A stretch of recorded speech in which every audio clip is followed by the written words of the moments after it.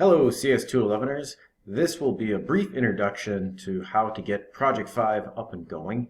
It's a little bit different in nature than previous projects that we've done, so a bit of a tutorial is probably in order to get you guys oriented. On the screen before you, you'll see Dr. Java up and running, and over on the right here is part of the project directory. We'll deal in this video with just the first part, which is the testing problem, where you have 13 different implementations, some of which are buggy, and one of which is correct. No telling at this point what's up, but getting this into a state where you start running tests out of Project 5 tests.java to test whether implementations are buggy or not is a little bit of a pain. So you'll take some steps here to make that a little bit easier. So the first thing to get going is to grab that Project 5 tests.java that's been provided and pull that up in Dr. Java. This should compile out of the bat in that it has correct code. The only trouble is that we'll be using packages this time around, and that each of these implementation folders over here, imp1, imp2, contains within it a package directory, and within it then is the binary class files for the pair and test me classes that you're supposed to be writing tests for. So unfortunately, out of the box then, if you press compile in Dr. Java, you'll get some errors down here. And if I make this big enough for you to actually see, you'll see that it says something about I don't know where the mode package exists. That's something that we can remedy so that you can actually work in Dr. Java with very little trouble. It just means adjusting the class path that Dr. Java uses to search for classes. That's done by let's see, you'll probably want to pick one of the implementations. So I'll pick imp1 just as a start off, and grab from up here in my little window thing what the exact path is. I'm pressing Control-C to copy that. And then over in Dr. Java under Preferences, there's a spot to add extra places to look for classes. And this will be necessary because we're compiling, in this case, against a binary class file. I'll just pop this window open and paste in the path that I had. Press Select, and you'll see then here listed an extra spot for Java will look as it tries to compile stuff. I'll punch OK, and at this point, I should now be able to compile tests and potentially start running them. So running at this point is somewhat useless, and okay, I forget, when you're testing you should press the test button, not the run button. And you'll see the example test that's provided that does almost nothing except demonstrate those assertions, isn't particularly useful. So you'll maybe in Mac need to find a different way to find this path, but other than that, the process of setting the class path in Java is, in Dr. Java is generally similar. You can always drop down to the command line. For instance, over here, I've set myself up in the same directory, and if you need to do that quickly, I have presently copied the path. You do a CD, and then I'll paste my path in here. I don't want to go down into the imp1 directory, so I'll back up one and have a look in here. There are my implementation directories and so forth. You can Java C, and in this case you'll need to include the current directory where the Project 5 test class is at, the JUnit file, because that has all those assertions in it, and then one of the implementation folders, for instance, imp1. In this case, I'll try and compile Project 5 tests.java. That should pop out okay. And then in addition to that, pull this command line up, just do a little bit of editing. I can run those tests as well in the command line. Now the nice part about the command line here is I can dodge over here and change from imp1 to imp2. Now I'll be running my tests against the second implementation instead, and the third implementation, and so forth. In a couple minutes, we'll get to how to automate that process a little bit so that you don't have to constantly type in imp1, imp2, imp3, and so forth. But for the moment, let's just examine quickly how you go about writing tests on this project. So for that, you'll need to make edits within the Dr. Java or editor of choice down here in this section in which you actually write tests to deal with the test me and pair classes. There's a brief demonstration of that in the project spec, but probably more pertinent is over here. There's documentation linked off of the project spec under Java Docs which list both the two classes you're supposed to be testing, along with the methods that they provide and their intent in terms of what they're supposed to accomplish. So clicking on these guys gives you a little bit more information, including some implementation notes about which functions rely upon which other functions. That will be important as you try to sort out, in some cases, what the exact problems are with each implementation and speculate about that. Isolating it to a single function or a single set of functions will be what gets you full credit in describing what's there. So let's pause for a second and step out of this test me business and instead examine the pair class, which is a relatively simple pair, perhaps a little bit different than some of the pairs that you guys saw in class, in that this takes two different types and can have, for instance, a string and an integer or a float and a file, but it's more or less something that keeps track of a first and a second element.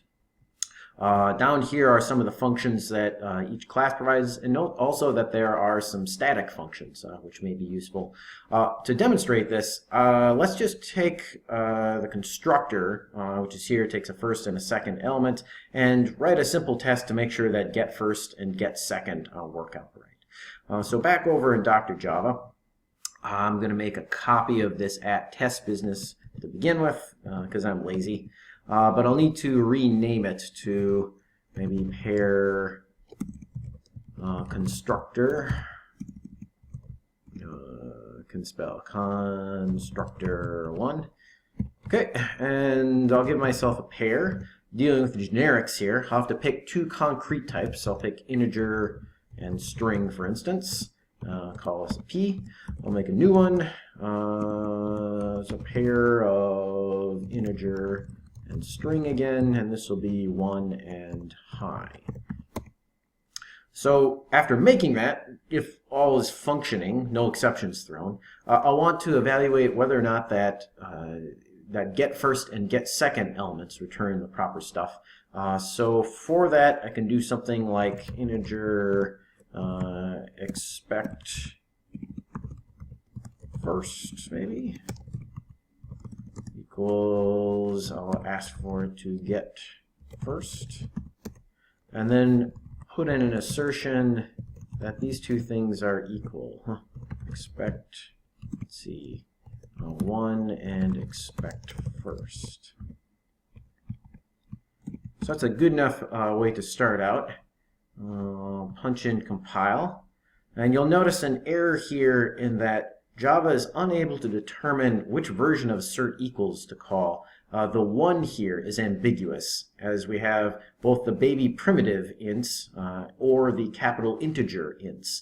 What's popped out of expect first, or the get first here, is a capital integer int. So I'll just give the compiler a little bit of a hint here to say, actually, what I mean is the capital integer version of 1. I'll insert some stuff to upcast that. We should be able to compile now and test, and you'll see here my pair constructor 1 so far is completing successfully.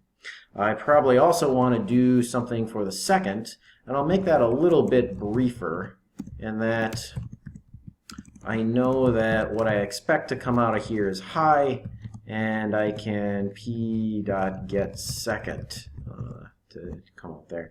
So both these assertions have to pass in order for the test to be considered passing. Punch test this time, probably ask me if I want to save, and I'll say yes, and so far we're in the green. So this is not a particularly useful test, since if the pair screwed up get first and get second, it might not work out so well for anything else that relies upon pair. But hey, who knows what could potentially be going wrong with that pair class. Now the final bit of this is you're responsible for running this file against 13 other files, or sorry, 13 implementations. And again, the tedium involved with taking this command line after compiling and punching in fors. Ooh, actually I get a failure at this point, so there's a hint to some of you guys about perhaps the pair constructor is actually not functioning in some of these implementations. But at any rate, seeing that I'd want to type in a 1, 2, 3, 4, 5, 6, 7, 8, should immediately scream, oh man, I need a loop for something like this. The thing is, we need a loop not in Java land, but in Windows command shell land in this case, or potentially if you're running a Mac in Unix land for this. So we'll take a brief foray into shell scripts. I'll admit up front that I am not a Windows shell command guy. I'm a more Unix command guy. But I've done you guys the solid of looking up how exactly you could write a little bash script or a shell script to do this in Windows. I'm not going to provide the file, but you're free to pause the video and punch it in. Over here, I've made myself a little testall.bat. BAT is short for batch. Most of the Windows scripting stuff are referred to as batch scripts. So I'll pop this thing open and examine some esoteric syntax for for loops in Windows bash or Windows command shell line. The for should be somewhat obvious, and do is like, okay, here's what I'm doing multiple times. The screwy stuff in here, \L has something to do with a counting loop in Windows command line. The %x sets up a parameter that's going to start at 1, increment by 1 each time, and go up to 13. I have a little message here that will print to the screen so that I know which implementation I'm testing at each point. And then here's the command I actually want run repeatedly. Notice the %x here is going to be substituted subsequently for 1 on the first iteration, 2 in the second iteration, and so forth. So you'll probably want to punch this in, save it in a .bat or a .cmd file. And what that will enable you to do is, if I buzz over here to command line, look, here's my testall.bat. If I just type testall.bat, that command will get run as if I typed it into the command line. And you see lots of things whizzing by here. In particular, you see testing 12, and then the unit test run, testing 13, and then the unit test being run. So this is more or less saving me the trouble of by hand going through all of that stuff. And you notice if I scroll way back up here, one of these guys, number 4, seems to have bummed out on the pair constructor. This is quite a bit of output to process in the command shell. You feel free to sort of script back, but if you want a more stable way of viewing that, then you can pipe output into another file by using this little redirect here. And that works on Unix as well. It will take anything this would have printed to the screen and put it in a file. We'll call mine results.txt. You'll notice nothing's getting printed right now because all of that output is getting shuffled into results.txt, which you can view in whatever text editor you want. Got Dr. Java opened, so I'll just have a look here at results.txt, and you see all of the stuff that's sort of up there, including passes and failures and so forth. So that should give you enough to go on if you're a Windows user to get up and running on this front. For you Mac users out there, if you want to set up some sort of a script in order to run against this rather than the testall.bat, I'm going to jump over quickly to a Unixy environment, and you'll probably be running from your terminal bash. So let me just jump over into this thing. Over here on the right now, we'll do a little ls, you'll see in the same general setup, but what I need is a slightly different syntax for each of the implementations to do that loop. So general syntax for this will be something like for f in imp star. So this goes through and will match each of these implementations. There's a do, and then I'll say echo testing f, and then let me make this a little bit bigger so that you guys can see. I want my Java CP here, colon for separators. I want that junit.cs211.jar, and then also the %f, the $f. This is the f is set up as a variable and will be substituted then for either imp1 or imp2 or imp3 in there. And then I want to run the project 5 tests. Now if I actually got this one right on the first try, I'll be surprised. But yeah, looks like it's doing just fine. Same thing here in that you're seeing on the output testing various things, not quite in order this time due to the numbering. You can talk to me if you want to fix that up a little bit. But I can also pipe this into a results.txt, which will take a few seconds, but then I can look at those results as a text file in Dr. Java.